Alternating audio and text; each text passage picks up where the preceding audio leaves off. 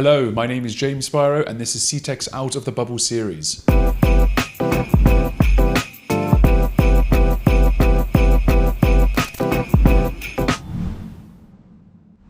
joined now with Adi Paz, the co-founder and CEO of OnTime. Adi, hi. Hi, James.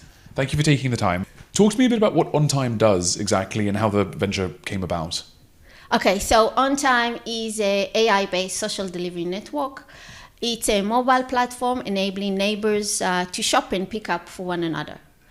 So it started when I'm a high-tech veteran. I used to live in the Israel urban center. And 10 years ago, when I moved here with my family to a rural community, I began to experience problems I hadn't before. Things that are really easy in city centers and hard when you move away. For example, a pharmacy takes me 30 minutes ride. Or if I am going back home after a long day and want to fix dinner, then the only thing I can do is see commercials for food delivery. Or if God forbidden, I need a present for the next day for a school birthday party, it might end up with a 6-year-old getting a potted plant. True story.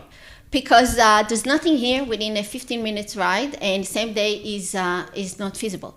So I woke up to the fact that it's not just me in small towns in the north of Israel, but 3.4 million people worldwide facing the same questions. Billion or million? Billion. Billion, wow, goodness. Billion people worldwide facing the same question. While there's a rush for convenience in urban centers with quicker and cheaper delivery, there's a whole worldwide population whooping for inconvenience, or more exactly, convenience desert, because it's just population like 60 million in the US and 120 in Europe, which does not have access to this convenience. So I began to ask myself, why should I, as a tech executive with such a demanding life and juggling around a work-life balance, or others that can have a hybrid or remote work, should be limited to living in city centers just because of the convenience of shops nearby? And why can I make that happen for rural people as well? Okay, great, thank you. So I'd like to understand a bit about how it started, please. How did you come up with such a venture? Yeah, so I'm a high-tech veteran. I used to live in the urban center of Israel. But a decade ago, when I moved with my family to the north of Israel, to a rural community, I began to experience problems I hadn't before. Things that are really easy when you live in the city center and hard when you move away. For example, a pharmacy takes me 30 minutes ride, or if I'm going back home after a long day at work and want to fix dinner, then the only thing I can do is see commercials for food delivery. Or if, God forbidden, I need a present for a next day school birthday party, then it might end up with a 6-year-old getting a potted plant as a present, because same day delivery is not here, and this is the only thing there is within a 15 minutes ride. Okay, so I can certainly understand. Oh, sorry. Yeah. Yeah, no, I can definitely understand the challenge. What's it like being up here? I've understood the challenge of being up here from a consumer point of view, which is why a venture like yours comes around. But what's the current status of where you are today, and how is it helping the region where we are in Misgav? Okay. Well, the current status is that we started a few months ago. We started a pilot here in the north of Israel. Today we have 8 communities and hundreds of users, which allows to validate the need as well as our model assumptions. Currently with great results. For example, in one of our community, a third of the household at that district joined our platform within a few hours. We just put a poster on the local board. So more than that, our users, more than 60% of them women, tell us how it helped them on their daily life and how they feel more connected to their community. And that totally correlates with, post-COVID, people are looking, there's an increase in loneliness worldwide, and people looking for more ways to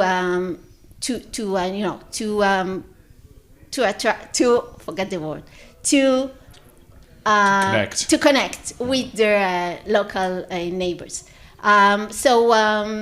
We will be in the upcoming month. We will be doubling our number of users as well as our community. We are starting a new pilot in the US with relevant stakeholders such as a property management company and community boards.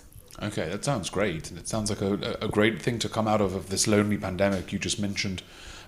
What's it like from a tech point of view? What's it like being outside of the bubble yourself and being in the periphery region? Yeah, so I think speaking of being outside of the tech bubble, there's two factors and each has two aspects. So first factor is related to the human capital. So and the first aspect relates to the local human capital. So there's a great local human capital here. There's small and big companies here, which attracts technical and non-technical employees. Just more than a month ago, we had an accelerator, a mass challenge accelerator here, and most of the mentors, including myself, were from that region. So second factor is related to networking and outbound human capital. So I think today with also managers from Israel Center doing Zoom calls, it's not an issue where you live. Because I, for example, am doing a Zoom meeting with potential co-founders and early stage investors worldwide. It doesn't matter if you live in North America or next door. So I think I don't feel disadvantaged for that issue of networking. I have access to whatever I need. Second factor is related to the financial capitals, and that also has two aspects. First one related to public funding. So Israeli Innovation Authority, as well as other governmental organizations, are funding ventures here, as well as incentivizing private investors to come here, which is a great leverage for private investors. There's Tradeline here, for example, which are doing a great job, and there's more others. Second, fund related to private funding. I believe that that investors' eyes should also be on ventures related to suburbs and rural populations, because today with COVID changing our life so much, I don't ignore the urbanization trend, because when you put people together, there's a network effect which allows you to offer more products and services, and human and financial capital follows that. But today, with post-COVID, there's a new opportunity for new models to allow the same network effect in areas with more fragmented population, like here. Yeah, wow. It seems great to be here today and to learn about what you folks do and all the efforts that are being made in the communities. Yeah. Adi, thank you so much for taking the time. Thank you.